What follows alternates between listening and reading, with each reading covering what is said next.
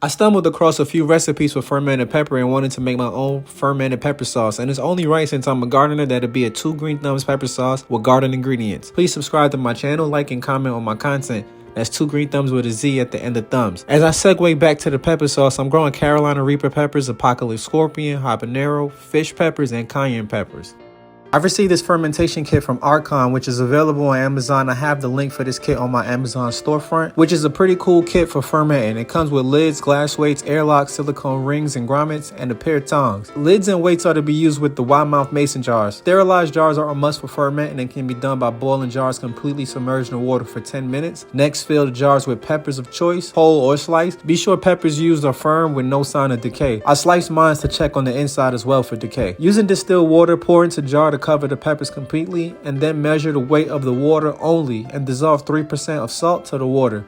For example, I'm using 492 grams of water to cover my peppers, so I'm only going to use 15 grams of salt, which is 3% of the 492 grams. This ratio of salt helps encourage the growth of healthy bacteria while killing off the bad bacteria in the ferment. After about 1 to 2 weeks, the ferment will produce lactic acid that will preserve the veggies and boost the nutritional value in food. Another plus about fermented foods is the boost of probiotics, which are live microorganisms that help maintain a healthy body. After filling jars with liquid, I then place glass weight in jar to keep ingredients submerged.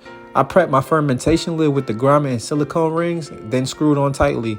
I add water to the airlock and then secure the airlock in the lid. Store jars in a dark area with temperatures between 70 to 75 degrees Fahrenheit. Store mine in kitchen cabinets. I checked on my fermentation daily and I waited about 2 weeks for mine to complete and then blended all my ingredients together. It gave a nice sour, tangy, spicy flavor. After fermenting peppers, you can add extra ingredients when making a pepper sauce. Mine was extra spicy, so I added a bit of sugar and a half cup of vinegar to balance it out. I have more in the way that I'm experimenting with, like a green pepper sauce and a spicy carrot. Remember these carrots I harvested a couple weeks ago?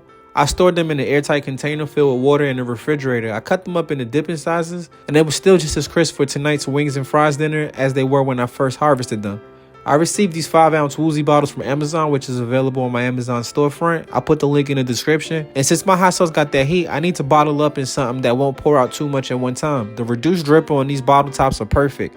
I fill my bottles up with that Carolina Reaper, Apocalypse Scorpion, habanero, cayenne, fish pepper, garlic mix, and they even come with shrink wraps, which I use the blow dryer to heat mine up to seal. 5-ounce woozy bottles give my sauces a nice presentation. It got me thinking of doing hot sauces for stocking stuffers these holidays. And now that I'm fancy, after I bake my wings to the texture I wanted, I dripped sauce all over them and got them mixed up nice and good. Then sprinkled additional lemon pepper sprinkles on top.